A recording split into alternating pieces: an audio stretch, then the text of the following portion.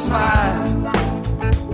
I've got nothing to do but smile. Good morning. My name is Lisa Hagan, and I'm one of the hosts of Chamber Chat. And today I'm delighted to introduce Stephanie McSherry. She is the founder of Mary Writer's Barn and Educational Consulting. And she is the founder, she is the lead learner, and she's the consultant. Welcome. Thank you for being with me today, Stephanie. Thank you, Lisa. So nice to be here. So I have to confess that every time when I drive by the Mary Barn, I smile because it screams happiness, this beautiful yellow barn, and I'm delighted to be here inside your beautiful space today. So take me back a couple of years. What is the history on this barn that sat empty for 2.5 years? Well, I bought the barn in 2015 from Lisa and Joe McSwain, who owned it and used it for their workshop. Joe is a steeplejack, and so it was just an open space. But the barn has a really rich history in our community since back to 1900, when it was built by the Mary family, who lived across the street. They were a family of shipbuilders and captains, so you can see sort of as you walk through the building some of the architecture like ship's knees. They built it as a working hay barn, and it was passed down for generations through their family.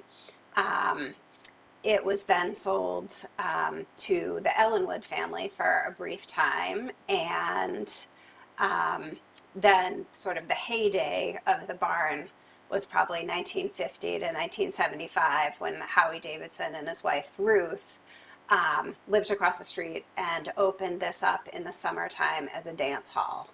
And it's just a storied, we have sort of like these old people have stopped by and brought these historical, wonderful artifacts. And so people from all over walked for miles, drove for miles. People routinely stop by here and just ask if they can come inside.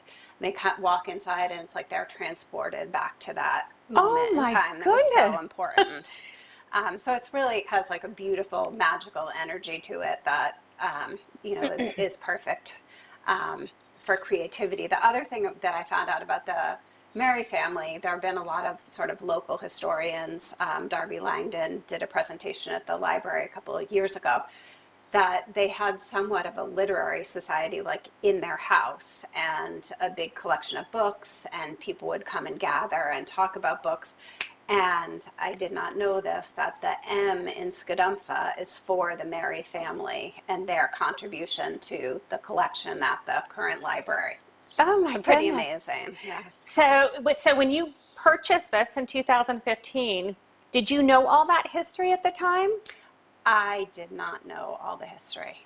I knew it was a dance hall, but I didn't know all of the different things that I've learned. Okay, so let's talk about this dream that you had that was brewing for like 13 years. Sort of what sparked this dream, and how did you work through that? So I started teaching 23 years ago this fall. I was a 4th grade teacher, and I loved it. And like any elementary school teacher, I taught all the range of subjects. But my passion always was reading and writing with kids. And over time, in the classroom, I wanted to help kids find books that they love, help them sort of send their voice out into the world through writing. And over time, my career morphed into literacy coaching, where I helped support teachers in their teaching of reading and writing across classrooms and schools.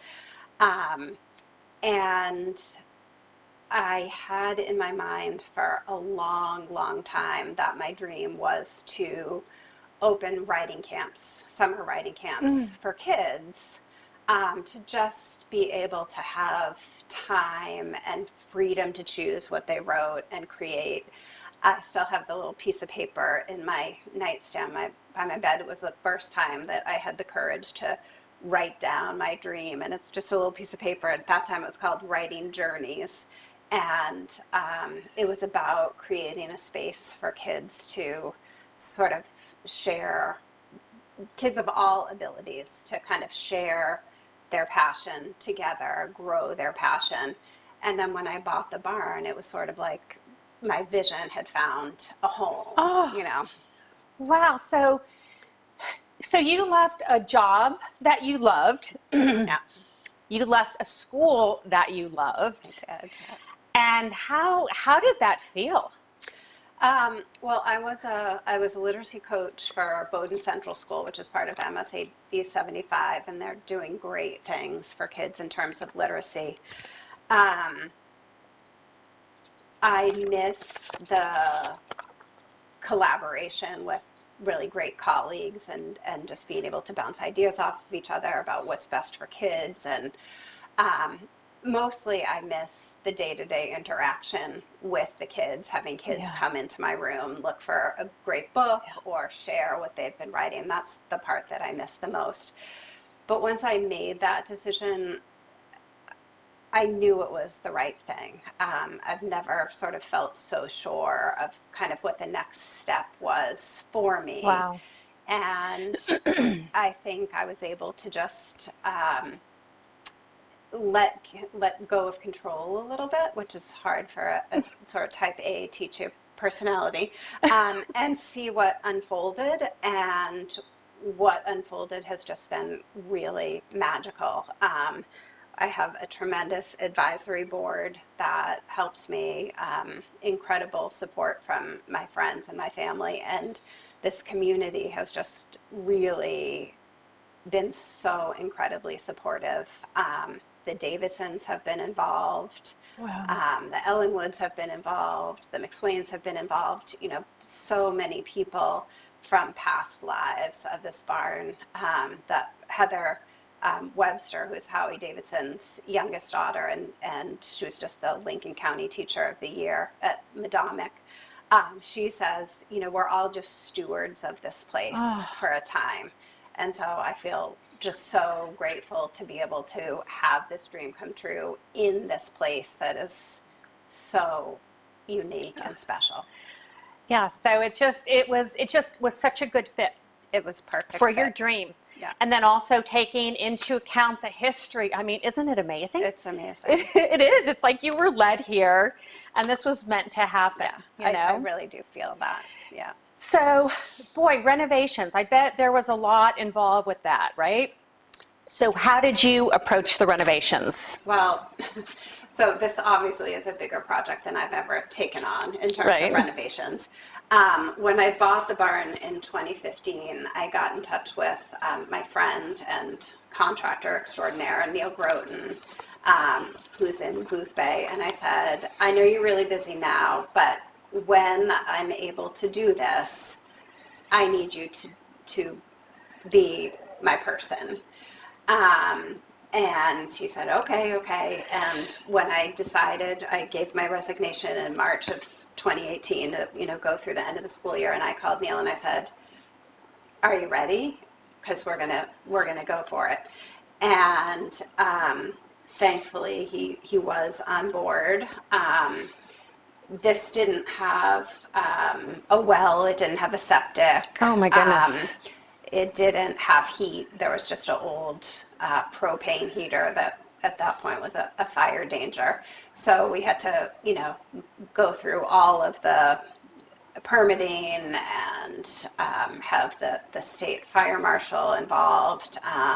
We had a fantastic team. We worked with Dan and Michelle Phelps of Phelps Right, Architects absolutely. in Damariscotta. David Haskell and Wayne Northrup and Brandon Northrup did the majority of the building. And then we just had an incredible group of subcontractors. I mean, people talk about building, you know, disasters and people not being able to kind of collaborate together, like the building resisting, and every one of them who came in here said, I feel like this building is happy that we're It here. is. You know, that like Right. it's not resisting us. And, Aw. you know, people just really bought into the vision and the mission and what this was going to be, and gave with, you know, all of their expertise and all of their hearts. And they finished the actual construction early in 5 months so that we could Oh my open goodness. in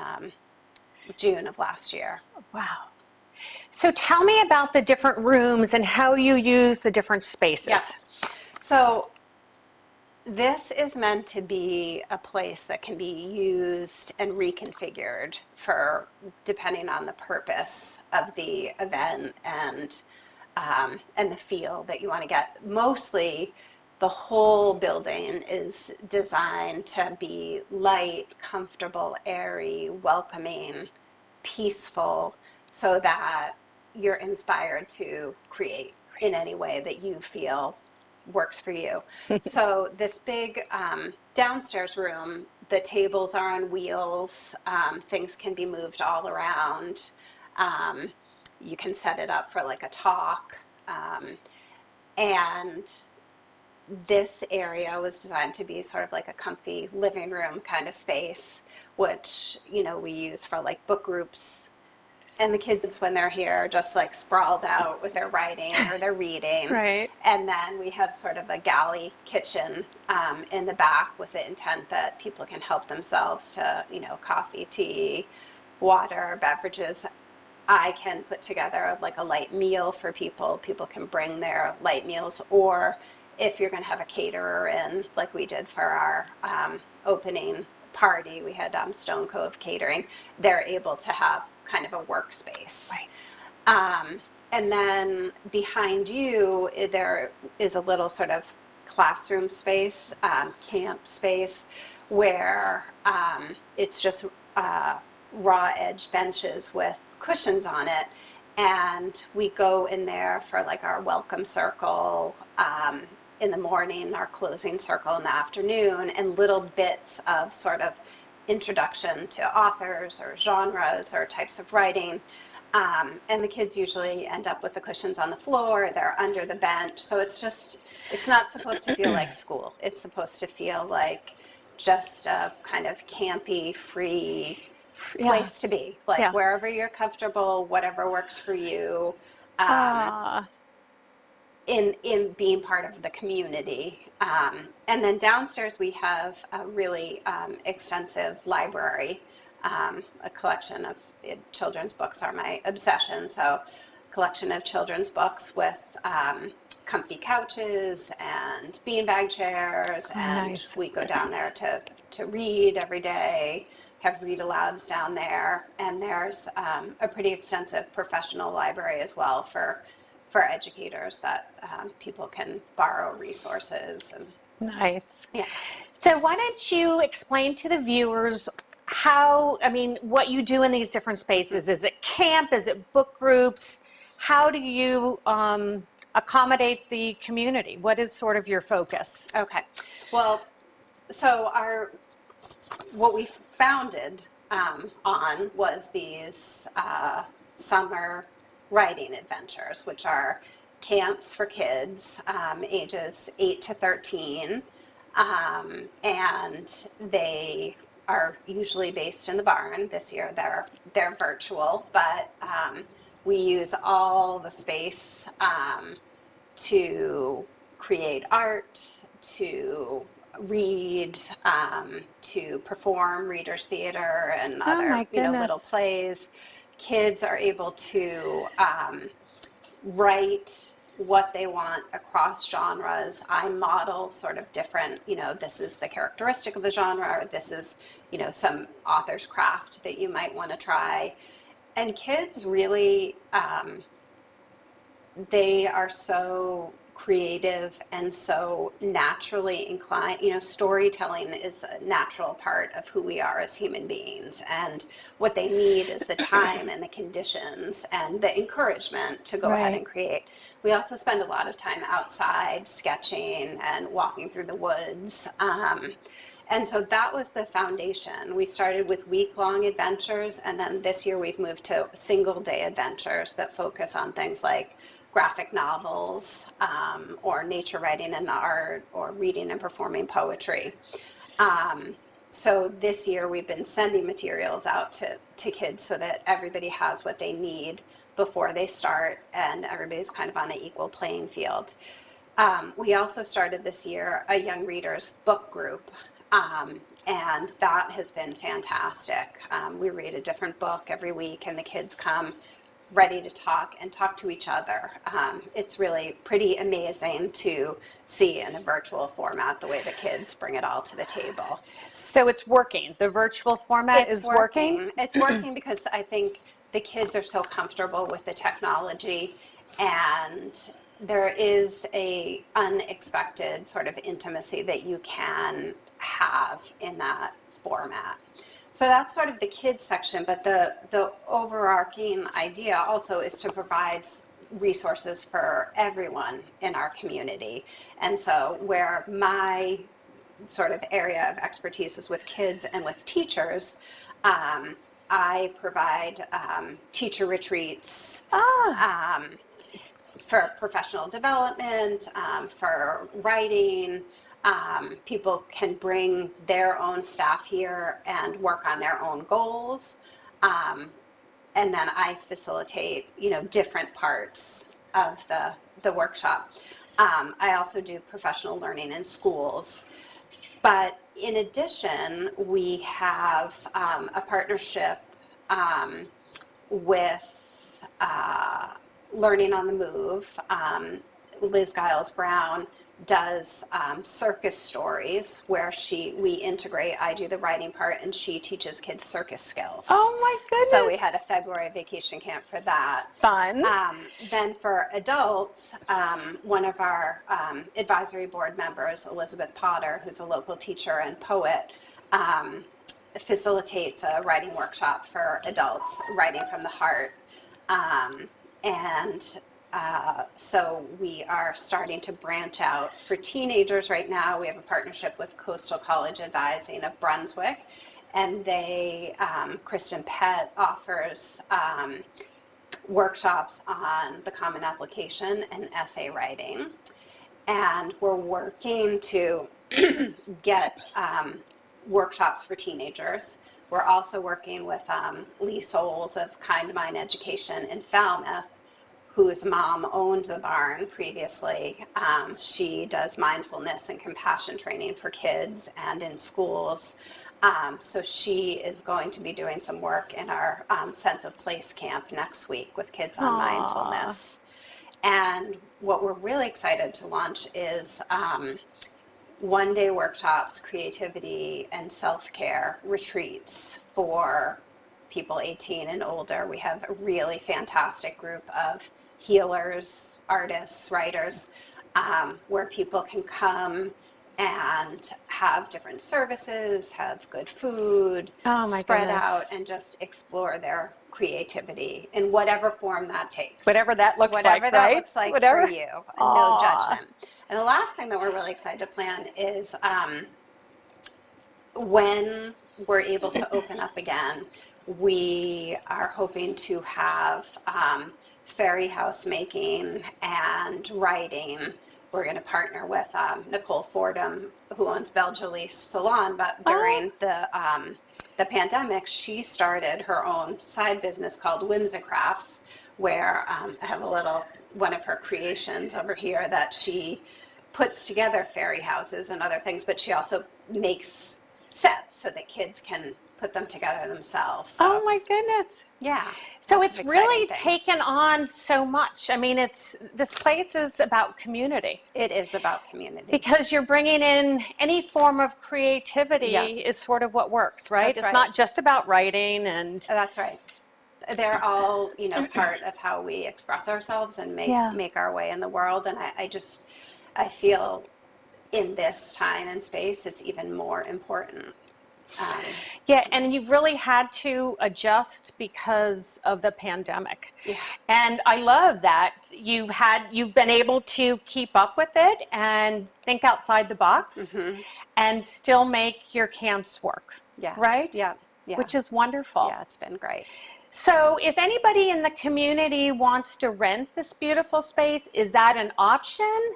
Yes, definitely. We are able to rent for events less than 50 people. Okay. You know, it can be set up in various ways. You can bring a caterer in, you know, I mean, I think writers groups, book groups, office, corporate offsite kind of things. You know, the schools could use it for teacher professional development. Okay. If somebody, you know, we're always looking for people to partner with to have their own offering here that fits with the mission of the barn. Yeah. And so if somebody wants to rent this space, do they reach out to you through the website or? Yeah, they can contact me through the contact tab on the website at Nice. www.marybarn.com. They can just send me a note. Great. Yeah. And so what haven't I covered in the interview that you would like to share with our viewers on your beautiful space here? Well, I think you touched on it in terms of community, that it's about community. This building has always been part of the community, and that's my intention, is that it can be a gathering space for everyone in the community. And to that end, you know, access and equity are really important to us. And my mission is to make sure that people have a place to express themselves, that they know that their words matter, that they can send them out into the world, that they can make change, especially for kids who I, you know, have every confidence that they will lead us to a better world. Right. And so in that vein, we offer financial assistance because we don't want you know, the price of something to be a barrier for anybody to have access to books or Oh, my writing or goodness. creativity. And so if that is ever a concern, please don't let that be prohibited. Just reach out to us and You'll make it work. Oh, I love that. And also to keep in mind, there's an organization called Carl's Kids where grants are given for sports related, but it could be really for a hobby. And that's another outlet also for people great. that need the financial assistance. So great, this has been fun. Thank you so much for joining me today. Thank you. And anybody that has not seen this beautiful space, this happy space, you can't miss it. It's bright yellow. And when you go by, you'll smile and you'll be happy just to go by it. So thank you again for being with me. Thank you, Lisa. This is Lisa Hagen. I am signing off, and I look forward to seeing everybody on Chamber Chat again in the future. Good night.